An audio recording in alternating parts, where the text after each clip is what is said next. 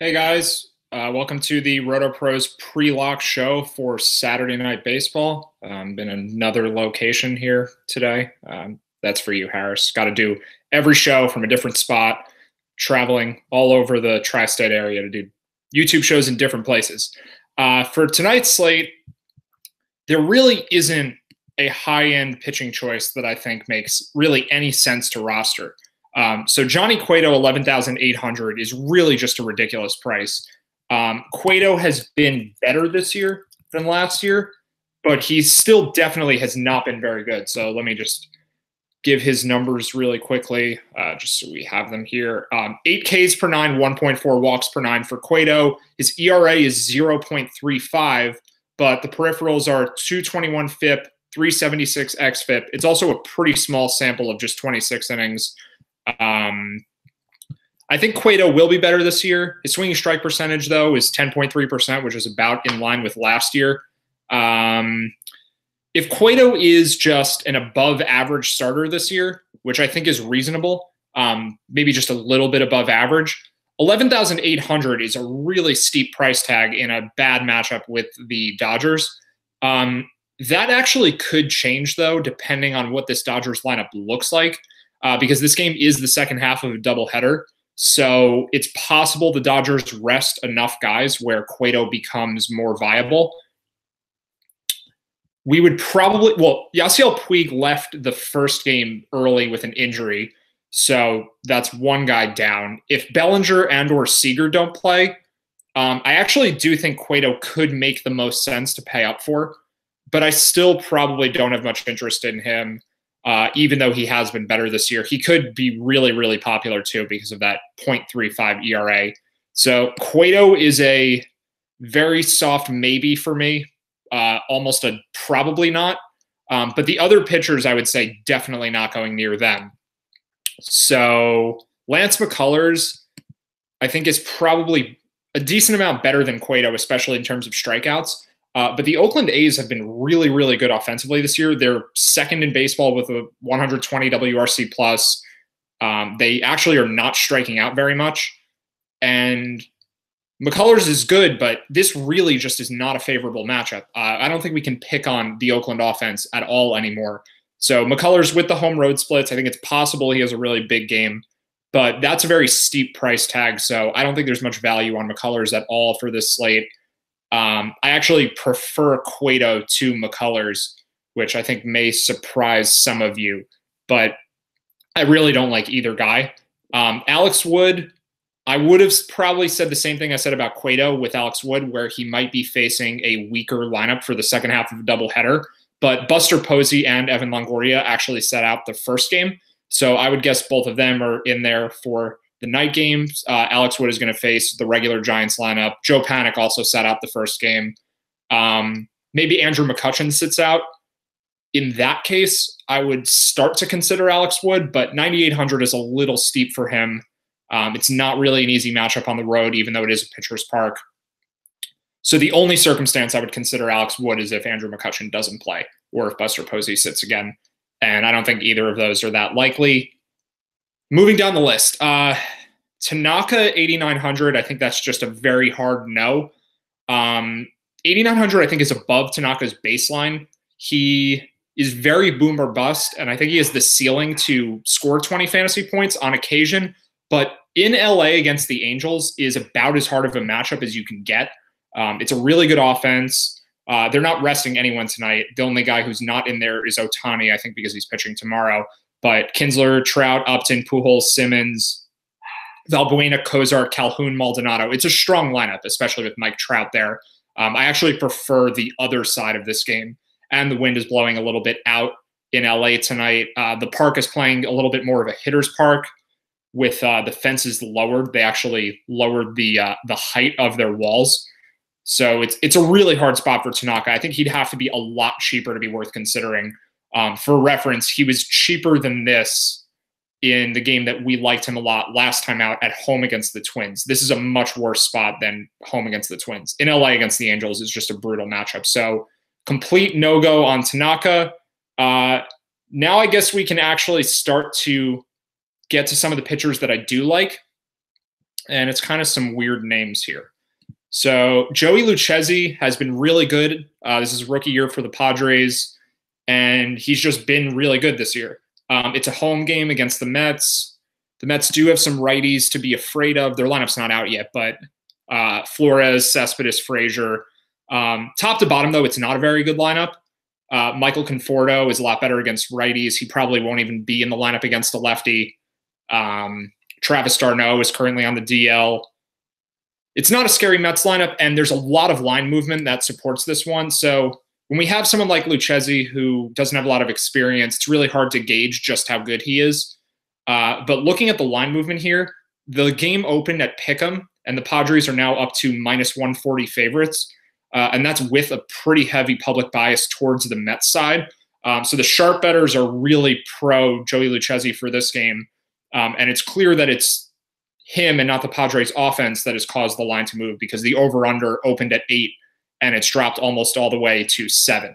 So all of the line movement seems to be positive for Lucchesi, negative for the Mets offense. Decent chance for a win bonus here against Jason Vargas, making his first start of the year.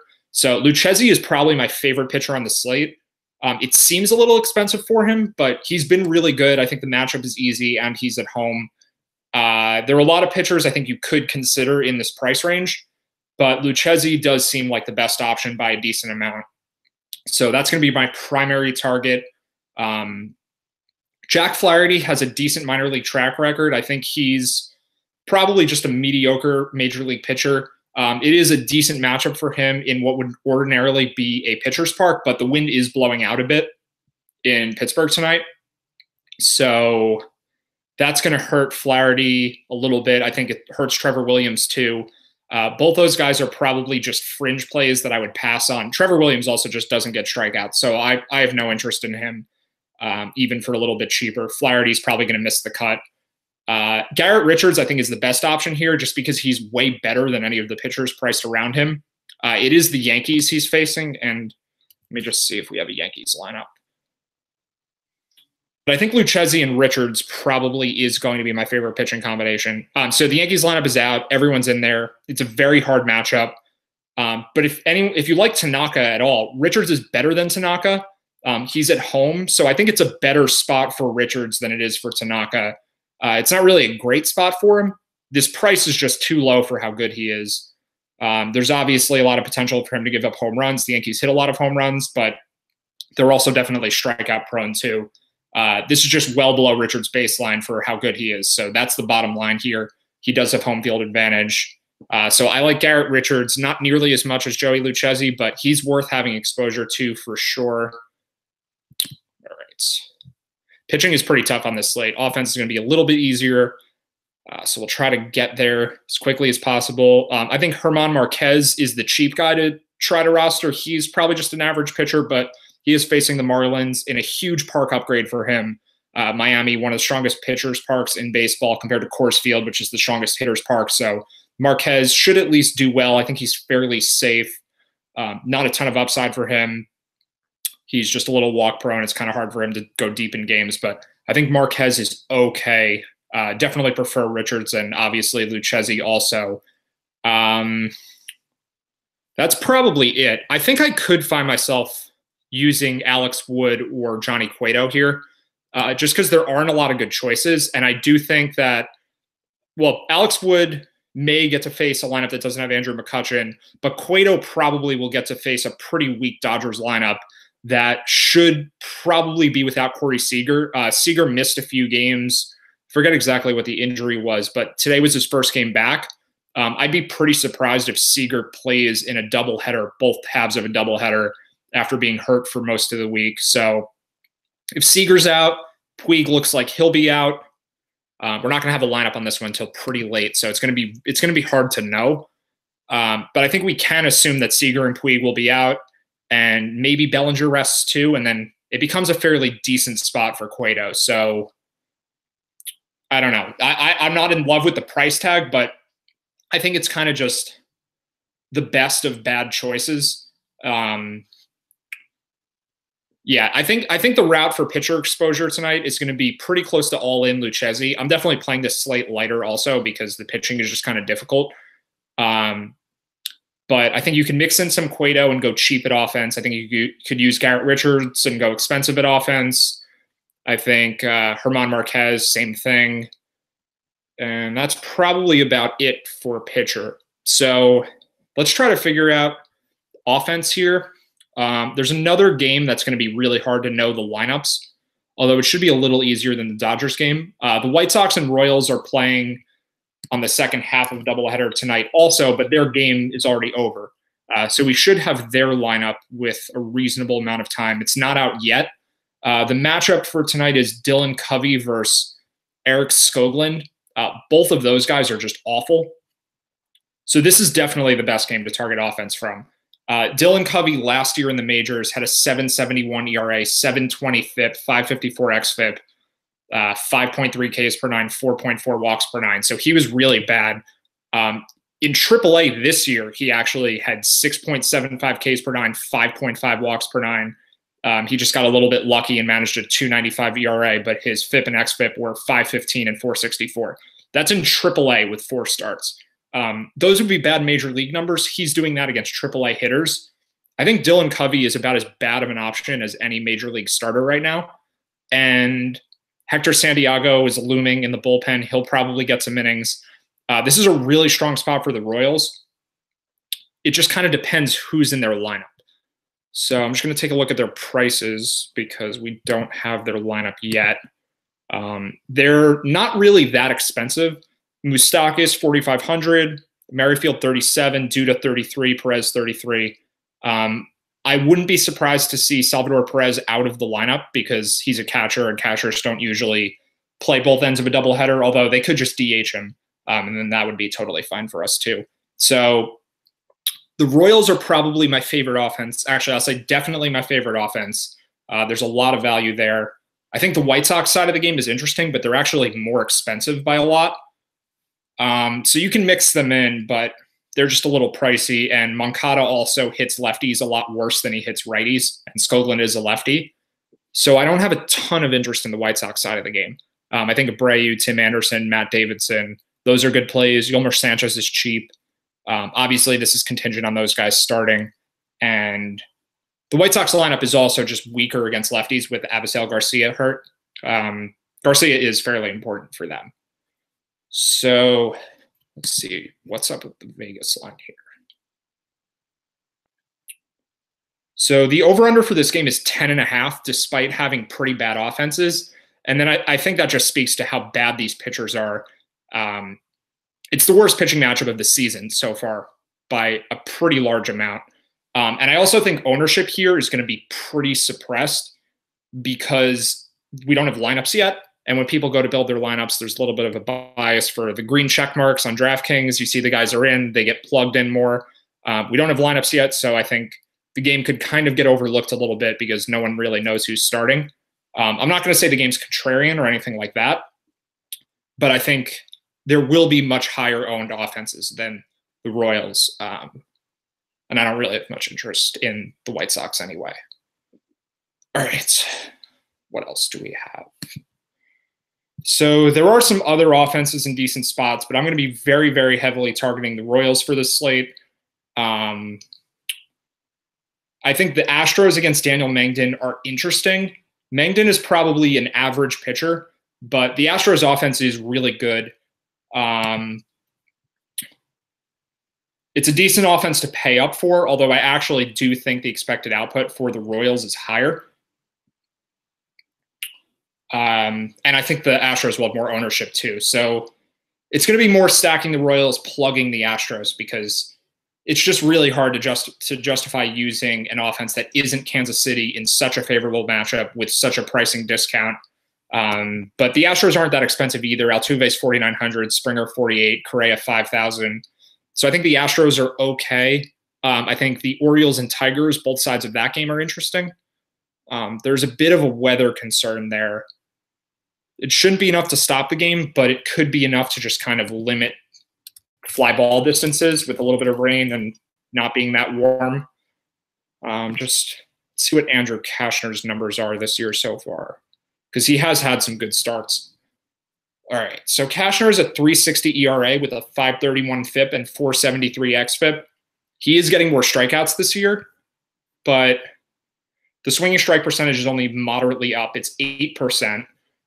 He's giving up way more fly balls, and hard contact kind of just in line with his career numbers, pretty average numbers there. Cashner's definitely been lucky this year, and I think the Tigers could go fairly overlooked against him. I prefer the Orioles side of the game, but I also think so will everyone else. So the Tigers could be really contrarian tonight. They're a little bit expensive, but I think with a cheap pitching combination like Lucchesi and Richards, Lucchesi and Marquez, it's going to be pretty easy to fit them. So the Tigers are my favorite contrarian team. The Orioles, I think, are just a good value across the board. A little concerned that too many people will be on them, but I think the Orioles make some sense. This really is, though, it's a slate to have a narrow focus. Like, I'm definitely going to just play this one lighter and just hone in on the really strong values, which are the Royals offense, Joey Lucchesi, kind of just mix around the other pitchers. And that's probably about it. We do have a Mets lineup. Nothing notable here. Conforto is out of the lineup. We have Flores, Cespedes, Frazier all playing. Cabrera leading off, and then Bruce Rosario, Lagares, Lobaton from 5 to 8. Not really that scary. So I think Lucchesi still strongest target. Another contrarian stack that could make sense. The Angels are probably going to have almost no ownership against Tanaka. And it's the Angels offense. They're very, very good. So I think with extra salary to spend, I'm going to have a lot of Mike Trout tonight because if you're using two mid-priced pitchers and the Royals offense, it does leave a decent amount of salary. So Mike Trout, one of my favorite players tonight. I think there is some potential interest in that Pirates-Cardinals game because the wind is blowing out, but not a ton. But yeah, the Angels I do think are a decent contrarian stack tonight. Justin Bour is actually out tonight. Let me see if we have a full Marlins lineup. Yeah, I think Bour was just ruled out. Stand by, everybody. Important news for the slate. Because that would be a pretty big bump to German Marquez, even though I don't think he's that good.